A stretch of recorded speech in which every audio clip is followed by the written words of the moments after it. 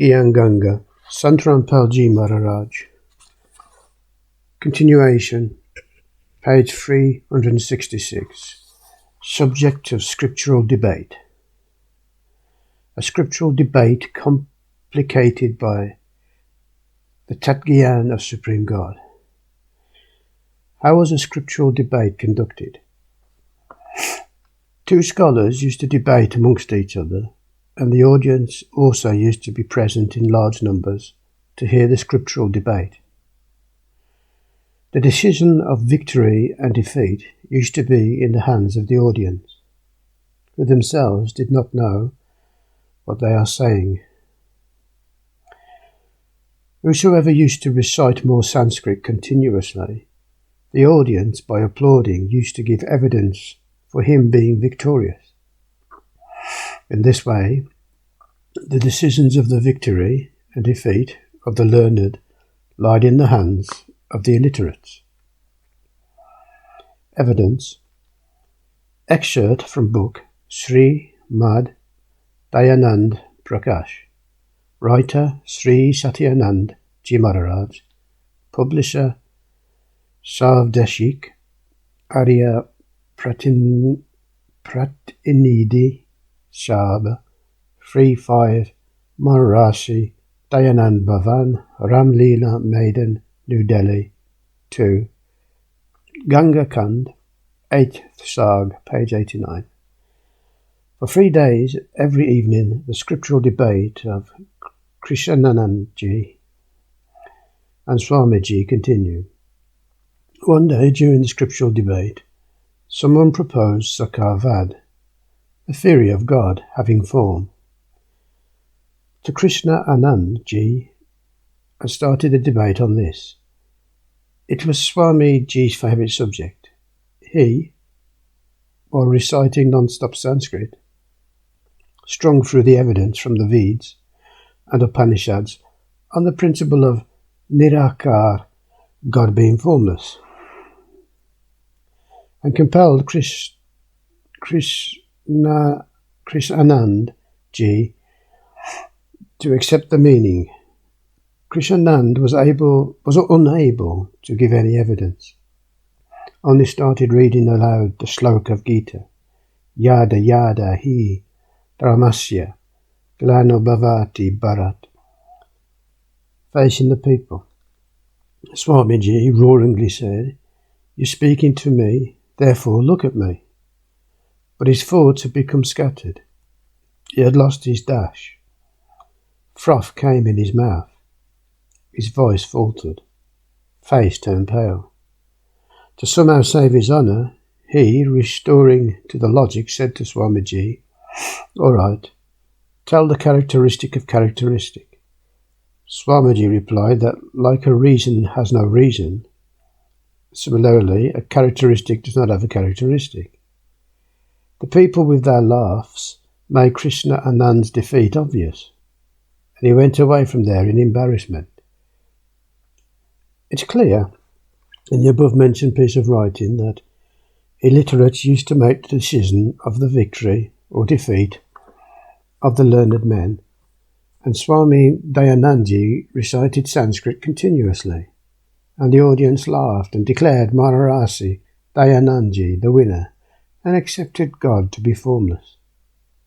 Whereas it is clear in Yajurveda, Adhyay 1, Mantra 15, and Yajurveda, Adhyay 5, Mantra 1, that God has a body and has a form. The evidence of the fact that Swami Dayanandji used to deliver discourse in Sanskrit language. Introduction of Satyarth Prakash on page 8. Swami Dayanandji said that Satyarth Prakash has been published for the first time. At that time I did not know Hindi very well because since childhood, until 1822 AD, Samvat 1939, I kept speechifying in Sanskrit, and this proves that Swami Dayanandji used to do scriptural debates in Sanskrit language. In Samvat 1939, in the year 1982, 1 year after Satyarth Prakash was again published, in 1883 AD, Swamiji passed away. It clarifies that Swami Dayanandji learnt Hindi just a year prior to his death. And prior to this, he used to deliver discourses in Sanskrit. And the listeners used to be unfamiliar with Sanskrit, and they only used to decide the victory and defeat of the learned. Now this servant of the servants, Rampal Das, wants that God-loving pious souls of all the holy religions may become familiar with Tat Gyan, true spiritual knowledge, and they will themselves appraise and identify lal, a precious gem worth 9 lakh rupees. And laldi, a stone similar to lal but not even worth 100 rupees. A story. A merchant had 2 sons, one 16 years old and the other 18, and their father passed away. The mother of the children kept lals covered in cloth in the hands of the children and said, "Sons, take these lals and say to your parental uncle, the elder brother of father, that we don't have money. Keep these lals with you and make us a partner in the business. We children cannot do business on our own." Above the kids, taking the lals given by the mother, went to their paternal uncle, requested what their mother had said. That merchant, paternal uncle, saw the lals and, accepting the children's request, said, "Sons, give these lals to your mother and she'll keep them safe. You come with me to the other city. I get a lot of material on credit, and I will use these lals after coming back." Both the kids went to another city with their paternal uncle. One day, the paternal uncle gave 1 lal to the kids and said, "Sons, this is lal. Go and give this to the merchant from whom we had borrowed material worth 50,000 rupees on credit yesterday, and say that keep this lal, we'll come back and pay your debt, and we'll take our lal back." Both the kids said to the aforesaid account to the merchant, and the merchant called a jeweller, and the jeweller appraised the lal and told that this is not lal, this is a laldi, which is not even worth 100 rupees.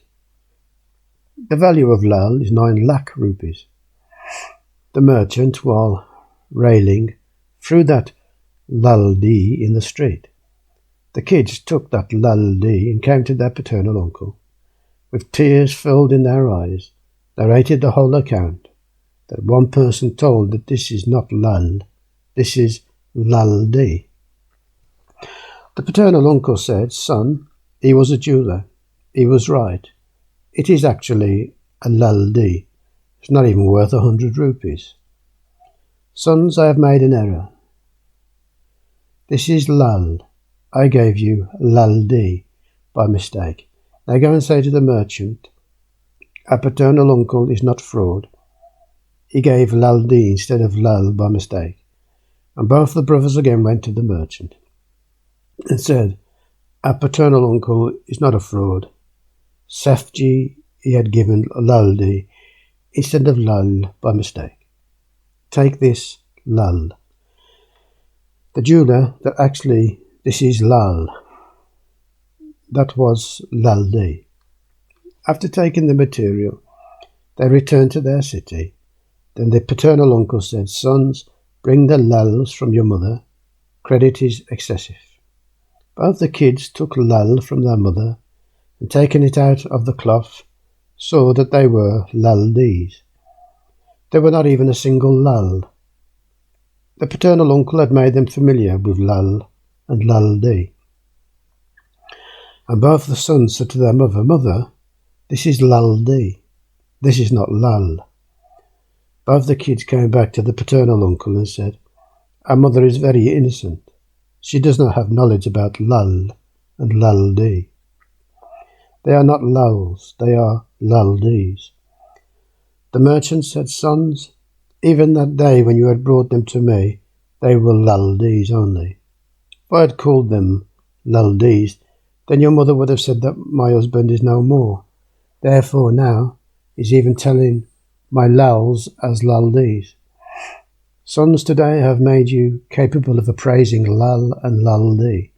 You have judged yourself. Important.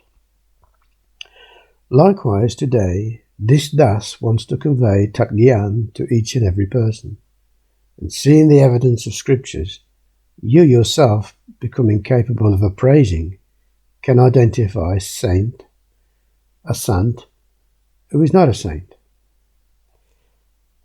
Learned men used to do scriptural debates, and the decision of victory, defeat, was in the hands of the illiterate.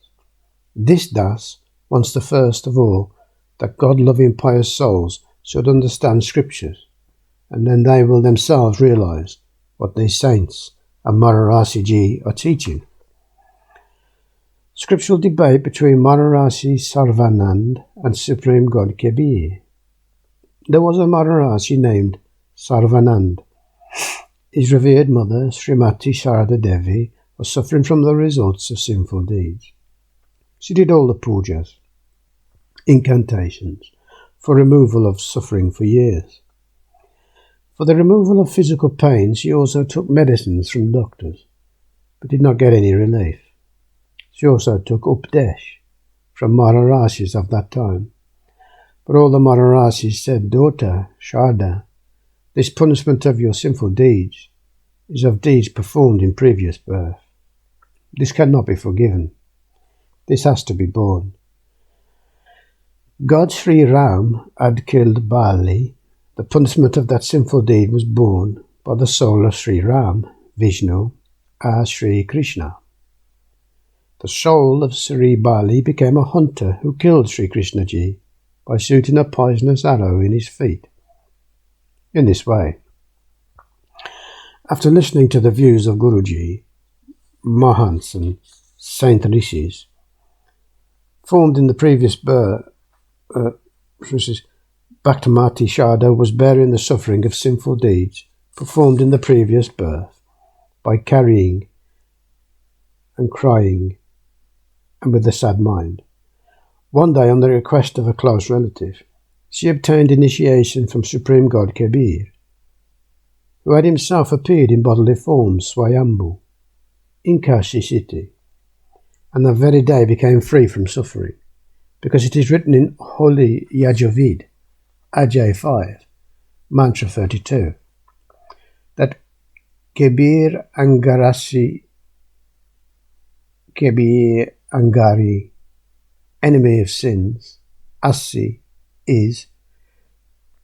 Kabir is the enemy of sins. Then in Adhyay 8, Mantra 13 of the same Holy Yajavid, it is written that God also finishes, Inash, the sins of the sins, the heinous sins. Lord Kabir, Supreme God Kabir, said, "Daughter Sharda, this happiness was not in your fate. I have given this to you from my store, and have given the evidence of being the destroyer of sins. Your son, Maharaj Sarvanand Ji, says that God cannot forgive sins. You obtain Updesh from me and get your welfare done." Bhaktamati Sharda, by obtaining Updesh from Supreme God Kabir, who had come himself, got her welfare done. Maharaj Sarvanandji, who was the son of Bhaktamati Sharda, had an eagerness to do scriptural debate, and he had defeated all the contemporary scholars by doing scriptural debate. Then he thought that I have to tell everyone that I have conquered all the learned men. Why not ask my mother to keep my name Sarvajit? Thinking this, he went to his mother and requested her. He said, "Mother, change my name to Sarvajit." Mother said, "Son, is Sarvanand a bad name?" Maharaj Sarvanand said, "Mother, I have defeated all the learned men in scriptural debate. Therefore keep my name Sarvajit." Mother said, "Son, defeat one more scholar, my Guru, Maharaj Kabir Dev. Then I will name my son Sarvajit instead." On hearing these words of his mother, Sri Sarvanand first laughed and then said, "Mother, you are innocent.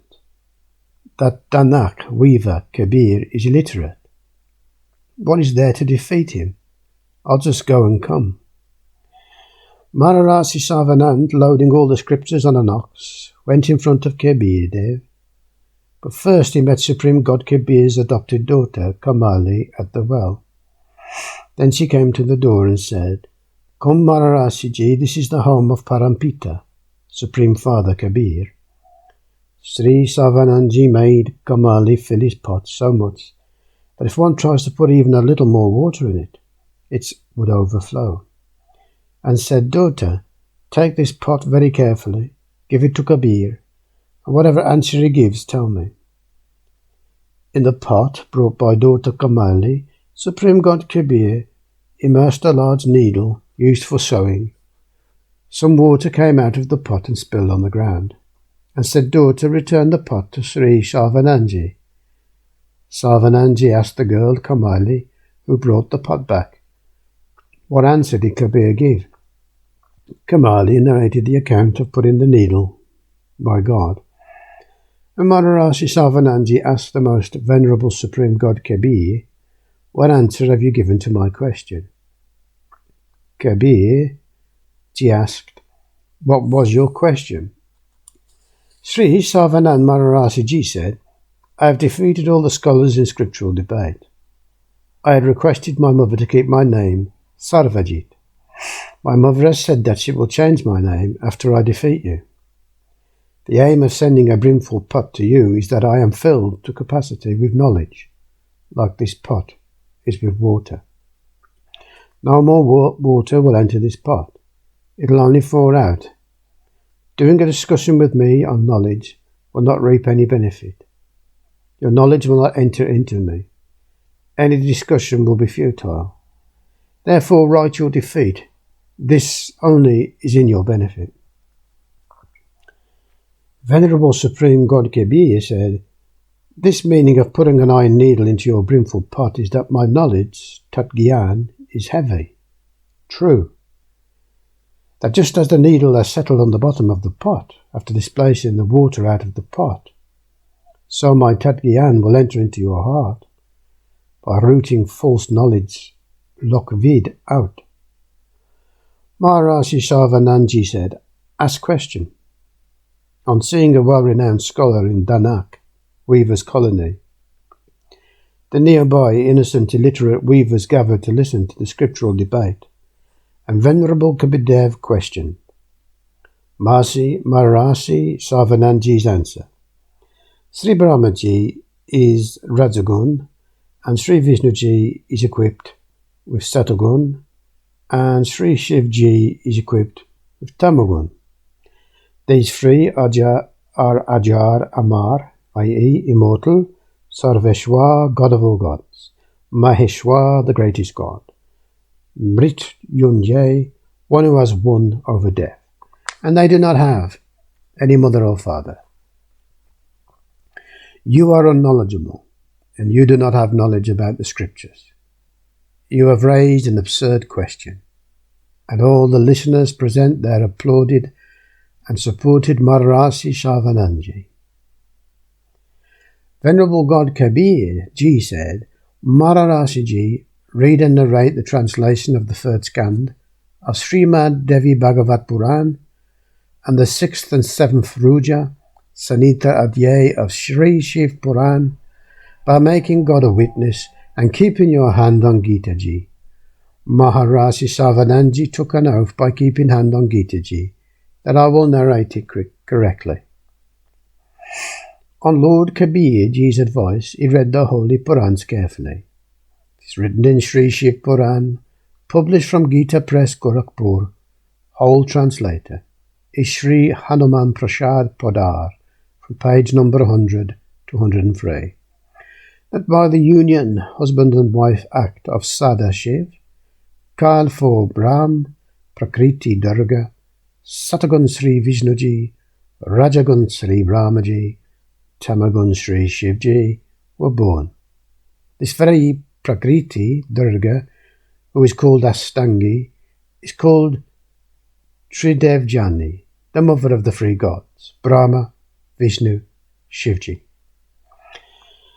It is clearly described in the third skand of the holy Srimad Devi Puran, published from Gita Press, Gorakhpur, translator Sri Hanuman, Prasad Podar and Chiman Lal Goswami, from page number 114, 123, that God Vishnuji is saying that this Prakriti, Durga, is the mother of us three.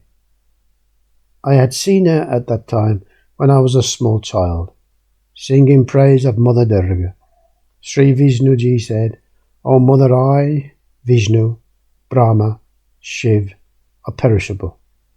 We are in Anvarbhav, birth, and Tirubhav, death. You are Prakriti Devi. God Shankar said, O Mother, if Brahma and Vishnu have originated from you, then I, Shankar, have also originated from you. You are my mother too. Maharishi Savananji, on the basis of previously heard incomplete knowledge, opposite to the scriptures, hearsay knowledge, used to describe the three, Brahma, Vishnu and Shiv, as imperishable, and those who never take birth. Ajanma. He used to read the Purans, but was still ignorant, because Brahm, Kal, says in the Holy Gita that I am the intelligence of all the living beings, those who are under me in my 21 Brahmans. Whenever I wish, I can grant knowledge, and whenever I wish, I can fill them with ignorance. And at that time, after Supreme God's statement, the pleasure of Kal Brahm was removed, and Sarvananji became clearly aware that actually this was and what is written. But out of fear of disrespect said, I have read everything, nowhere is this written. He said to Kabir Dev, you're a liar. What do you know about scriptures? We read it every day. Then what Sarvananji started speaking Sanskrit non-stop for 20 minutes, kept on speaking some other speech, known by heart from the Veds, did not narrate the Puran. All the innocent listeners present there, who were not even able to understand Sanskrit, impressed by Sarvanand Maharaji, in support started saying, wow, wow, splendid. Mahagyani, great scholar. In other words, declared Supreme God Kabir as defeated, and Maharaji Sarvananji victorious. Most Venerable Supreme God Kabir Ji said, Sarvanand, you had taken oath of Holy Gita Ji, and you forgot that too. When you are not accepting the truth written in the scriptures in front of you, then I lose and you win. A farmer's son used to study in class 7. He had learned a little bit of English language. And one day both his father and son were going in a bullock cart in the field. An Englishman came from ahead, and he asked the way from the people in the bullock cart in English. The father said to the son, Son, this Englishman is trying to prove himself to be very educated. You also know English language. Take his haughtiness out. Show him by speaking in English. The farmer's son recited an application for sick leave in English. The Englishman, irritated by the foolishness of that foolish child, that I am asking the way and he is reciting an application for sick leave, tapped his forehead with his hand and took his car and went away. The farmer patted the back of his victorious son and said, Well done. You have made my life successful. Today you defeated an Englishman in English language. And the son said, Father, I also remember the essay of my best friend. If I had recited that, then the Englishman would have left his car and run away. Likewise, Kabir Devji asked something and Sarvananji is answering something else. These scriptural debates have ruined homes. Most Venerable Supreme God Kabir said, Sarvananji, you win and I lose. Maharaji Sarvananji said, Give it to me in writing. I do not do an incomplete job. And God Kabirji said, You may do this grace as well. Write whatever you want. I will make a thumbprint. Maharaj Sarvananji wrote that in scriptural debate, Sarvanand won and Kabir Sahib lost, and he made God Kabir put a thumbprint on it. Sarvananji went to his mother and said, "Mother, see, the proof of Gurudev's defeat." Bhaktamati Shardaji said, "Son, read it aloud." And when Sarvananji read, it was written in it that in scriptural debate, Sarvanand lost and God Kabir won. Sarvanand's mother said, "Son, you are saying that you have won, but you have lost." Maharaj Sarvananji said, "Mother, I was busy in the scriptural debate continuously for many days. This is why, because of feeling sleepy, I have committed a mistake in writing. I'll go again and will bring after writing correctly." The mother had put a condition that I will only accept a written proof of victory and not a verbal one.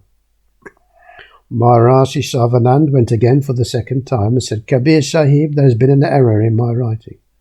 We'll have to write again." Sahib Kabir Ji said, "Write again." Sarvanandji, after writing it again and getting a thumbprint, went to his mother and again found it to be opposite. He said, "Mother, I will go again."